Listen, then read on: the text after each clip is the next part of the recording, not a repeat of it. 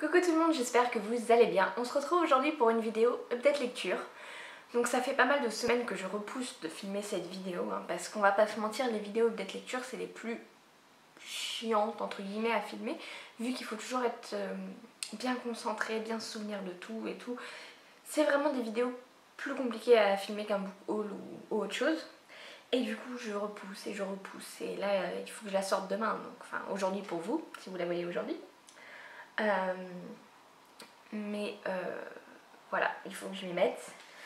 Donc les livres les plus vieux, j'ai dû les lire il y a au moins un mois, donc je vais essayer de vous en parler du mieux que je peux. Bref, on va commencer tout de suite. Je vais vous parler de 2, 4, 5 livres et demi. Ouais, c'est un peu plus que d'habitude, mais bon, j'ai pas trop le choix là. Donc tout d'abord, je vais vous parler de Cadavre exquis de Augustina Pasterika, je crois. J'ai pas le... Comme il est sur ma Kindle en fait, j'ai pas le nom. De toute façon je vous mettrai la photo ici. Vous aurez le nom et c'est chez Flammarion.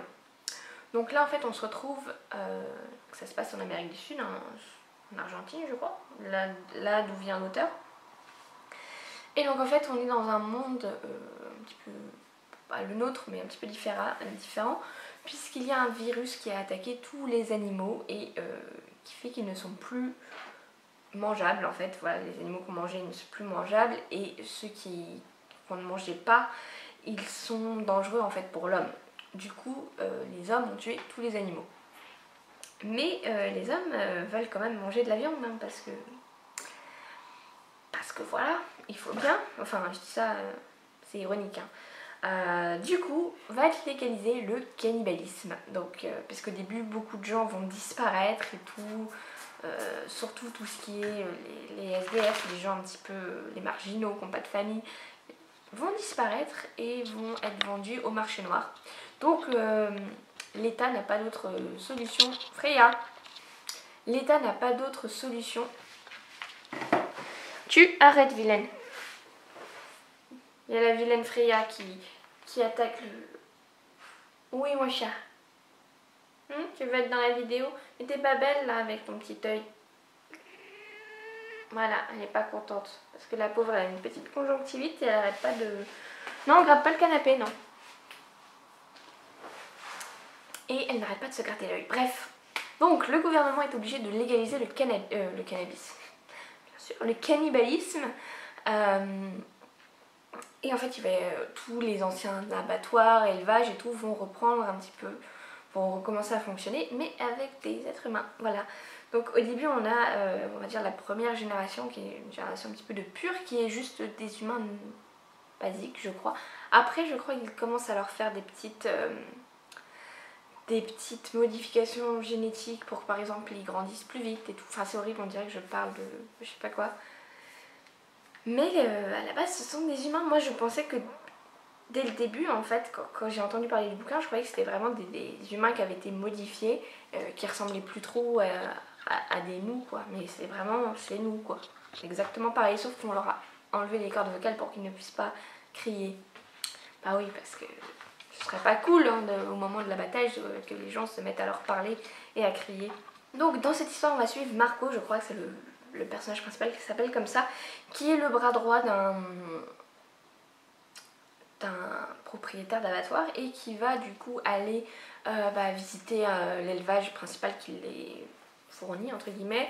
Il va aller visiter toute la chaîne, on va dire, de la viande. D'ailleurs je crois que c'est plus de la viande, ça s'appelle la nouvelle viande ou un truc comme ça. Voilà, ils disent, si vous bougez c'est Freya. Ils ne disent pas viande humaine, ils disent la nouvelle viande. Non, la viande spéciale, voilà c'est ça. Ouais, avant on avait de la viande de bœuf, de la viande de poulet. Maintenant on a de la viande spéciale. Voilà, et donc voilà, en fait il n'y a pas réellement d'histoire, on a juste un enchaînement de scènes où Marco va aller donc voir dans un élevage, ensuite il va aller dans un laboratoire, on fait des tests médicaux et des trucs comme ça. À un moment il va aller dans un endroit où sont organisées des parties de chasse. Voilà, où il va y avoir un grand dîner où ils vont manger ce qui a été chassé, quoi. Voilà, le truc qui va vraiment marquer dans ce livre, c'est que je le trouve extrêmement visuel, voire cinématographique, c'est-à-dire que tout du long, j'arrivais beaucoup trop facilement à me représenter tout ce qui se passait. Voilà, comme si j'avais le film qui se passait réellement dans ma tête, mais vraiment très précisément quoi. C'était dur à certains moments, on va pas se mentir, hein. Il y a des scènes un petit peu bah voilà, qu'on n'a pas spécialement envie de voir, mais bon. Et donc voilà, je vous disais, j'ai pas trouvé qu'il y avait réellement une histoire. Il y a un tout petit fil conducteur. Bon, on suit quand même Marco. À un moment, Marco va se faire offrir une femelle, voilà, une pure ou un truc comme ça. Et donc il a le choix, soit la faire abattre et la manger, soit l'élever ou après commencer un élevage. Et donc Marco va d'abord garder cette femelle dans son garage chez lui et il va un petit peu s'attacher à elle d'une certaine façon. Voilà. Ça c'est un petit peu le fil conducteur qu'on a tout au long de l'histoire. Mais à part ça, ouais, il n'y a pas d'histoire, on a cet enchaînement de scènes, l'abattoir, la boucherie, le laboratoire, voilà, on a juste ça. Et c'est pour ça que ça m'a moyennement plu. J'ai quand même passé un bon moment, il y avait des scènes dures, mais j'en ressors pas. Il y a juste la scène de... Non, je voulais pas dire la scène, la fin. Je me suis pris une grosse claque dans la gueule par contre, ça c'est sûr, la fin elle m'a... Voilà, ça a relevé un petit peu le tout, j'ai envie de dire. C'est pas un mauvais livre, hein. Comme je vous dis, j'ai passé un bon moment. Je pense que c'est plus un livre qui a été fait pour dénoncer. Voilà, parce que je ne sais pas du tout si l'auteur est végétarienne ou végétalienne ou végane ou quoi. Mais enfin, il y a des moments où je me dis mais c'est pas possible quand on ferait pas ça. Et il y a d'autres moments quand je vois certaines personnes, je me dis si, ce serait possible en fait. Et voilà, et c'est bien d'essayer de mettre dans la tête des gens que c'est vraiment... Enfin, je veux dire que c'est dégueu. Ou alors je sais pas si ça a été fait peut-être dans un but peut-être de rendre un petit peu les gens végétariens, peut-être en mettant à la place des animaux des hommes. Et ben enfin vous voyez, pour qu'on se dise au final dans la tête c'est la même chose, c'est tout aussi horrible que ce soit un homme ou que ce soit un animal. Je dis pas le contraire, hein. Voilà, je sais pas. Je sais pas quel est le but de l'auteur à la base, mais bon, je pense que c'est quand même de dénoncer. Et ça m'a fait penser à quelque chose, parce qu'il y a 2-3 ans, je crois, peut-être 2 ans, j'avais commencé une idée d'histoire que j'avais commencé à écrire et ça ressemblait un petit peu à ça, quoi. C'était différent, mais ça ressemblait un petit peu à ça.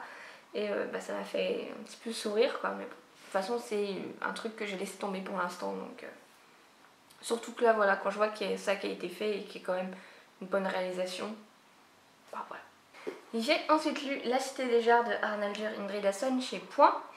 Et celui-là, je viens de me rendre compte en fait en lisant un petit peu mes notes que j'ai quasiment déjà tout oublié. Voilà. Pour que vous dire, je crois on retrouve un cadavre. Voilà, je sais plus. On retrouve un cadavre. Après, il y a une histoire avec des enfants qui ont disparu depuis longtemps. Une enfant qui a disparu depuis longtemps. Non, mais ça va pas. Hein. Franchement, je me souviens plus de l'histoire. Je suis désolée, je ne m'en souviens plus. Dans l'ensemble, j'ai bien aimé. Voilà, il y a surtout un thème à un moment qu'on aborde qui m'a plu, que je vais pas vous dire hein, parce que ça révèle un petit peu une partie de l'histoire. Autour de la biologie, de la génétique, voilà, bref. Ça, j'ai bien aimé. Voilà, mais ce livre m'a permis de me rendre compte qu'au final, suivre juste des flics, et bah, des fois, ça le fait pas. Vous voyez, j'ai bien aimé. Mais juste suivre une enquête policière, c'est pas ce que je préfère en tout cas dans le thriller. Voilà, je continuerai à lire les Indridason parce que forcément ça se passe en Islande et tout de suite ça fait remonter un petit peu le livre dans mon cœur. Mais voilà, vous voyez, au final, ça fait quoi un bon gros mois que je l'ai lu et je me souviens plus. Voilà, honnêtement, je suis pas capable de vous dire ce qui se passe dans l'histoire. Je suis désolée. Mais dans l'ensemble, j'ai bien aimé. Voilà. Désolée de ne pas pouvoir être plus précise, mais c'est vrai que là, je me rends compte que j'ai totalement zappé. C'est pour ça qu'il va falloir que je filme un petit peu plus souvent mes updates de lecture.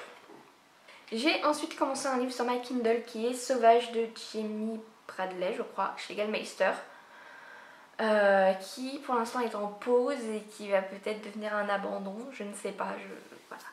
Donc en fait, on suit une jeune fille, donc je me souviens pas de son nom, qui vit avec son père et son petit frère. Sa mère est décédée Et donc elle, donc ils vivent en Alaska, hein, et elle, tout ce qu'elle veut, c'est faire des courses de chiens de traîneau, comme son père. Son père, c'était son métier, en gros, hein, de faire des courses de chiens de traîneau. Et ils ont tout un tas de chiens de traîneau chez eux. Et donc elle adore partir avec ses chiens dans la nature et tout, chasser.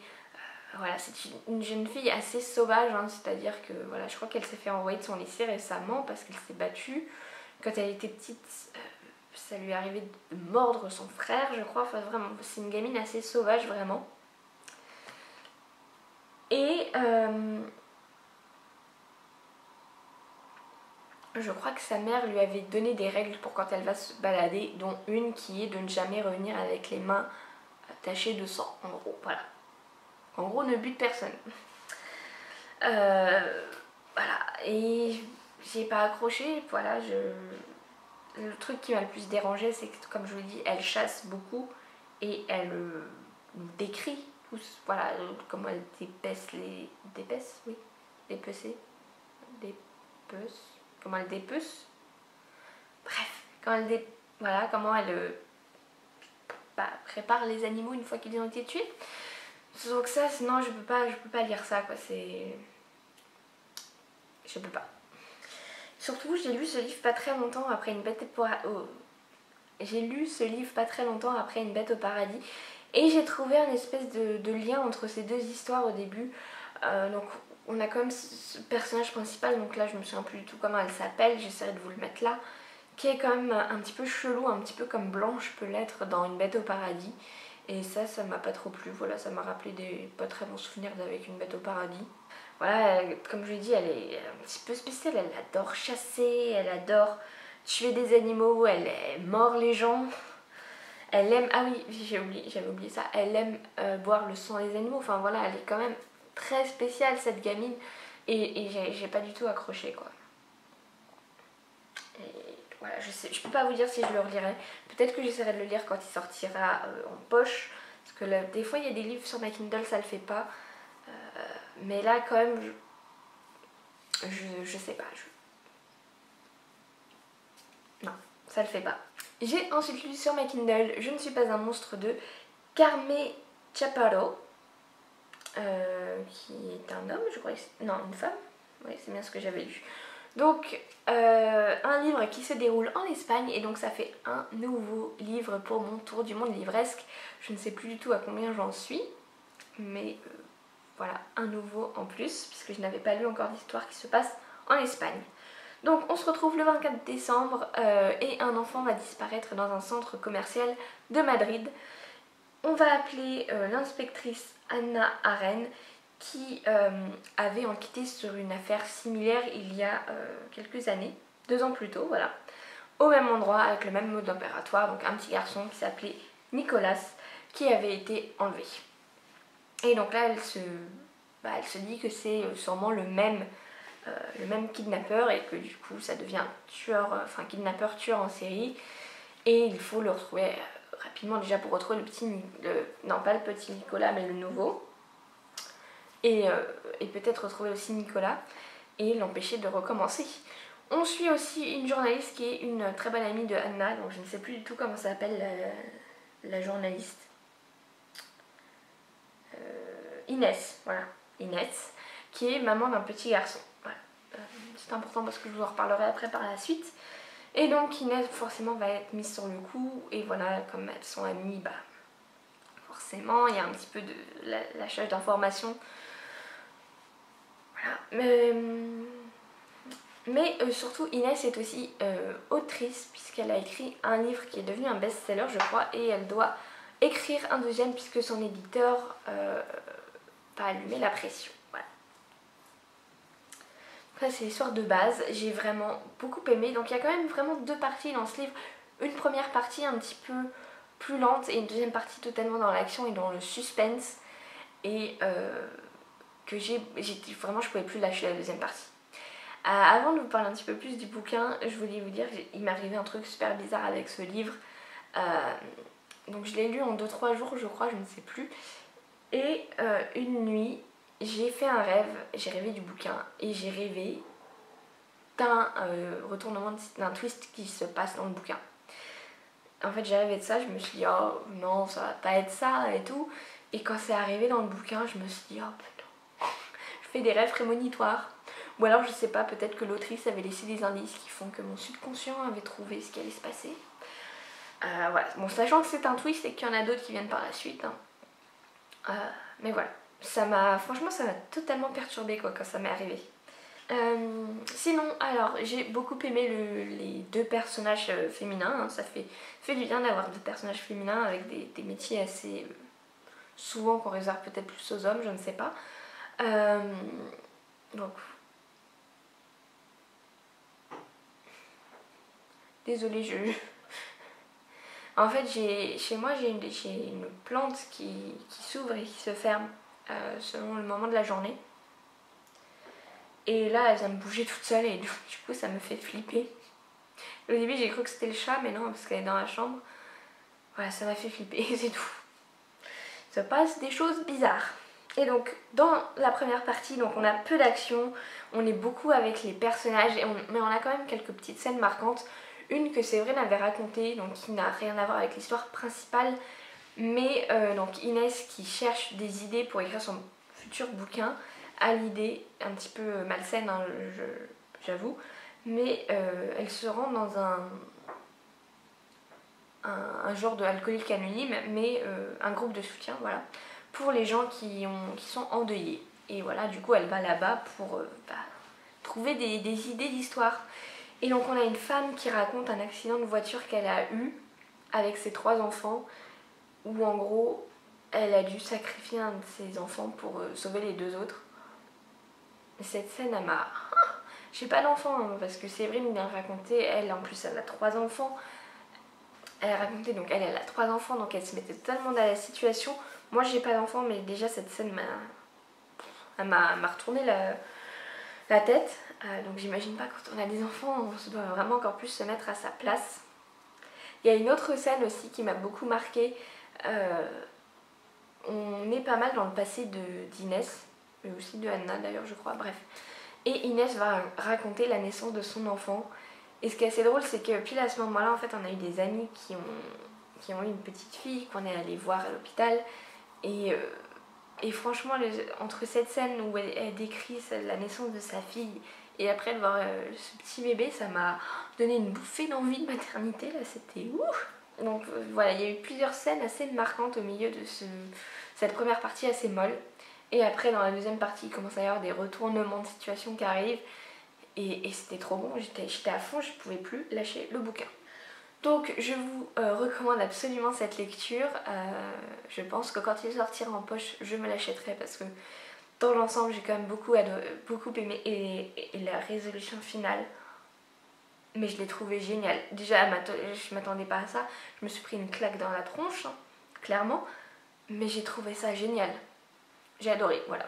Avant ça, j'avais oublié, mais j'ai lu Un fils parfait de Mathieu Ménégo chez Point. Je l'ai lu en une journée, hein, parce que généralement, il fait des très petits livres, Mathieu Ménégo. Celui-là, il fait même pas 160 pages. Donc là, on se retrouve avec une femme qui écrit à sa belle-mère. Donc tout est à la deuxième personne, donc c'est assez rare de voir des livres comme ça. J'ai vraiment bien aimé, hein, voilà, c'est comme si on me parlait à moi, j'aime bien. Donc je ne sais plus comment elle s'appelle. Donc il faut savoir déjà que c'est un livre inspiré d'une histoire vraie. Et en fait on a donc cette femme qui va raconter à sa belle-mère en gros toute l'histoire avec son fils Bref, elle va raconter à sa belle-mère sa version des faits parce que je crois que la belle-mère ne la croit pas. Puisqu'en fait on a cette femme, je ne sais plus comment elle s'appelle, qui va se marier avec l'homme parfait, voilà, avoir 2 petites filles. Et il va se passer quelque chose de grave.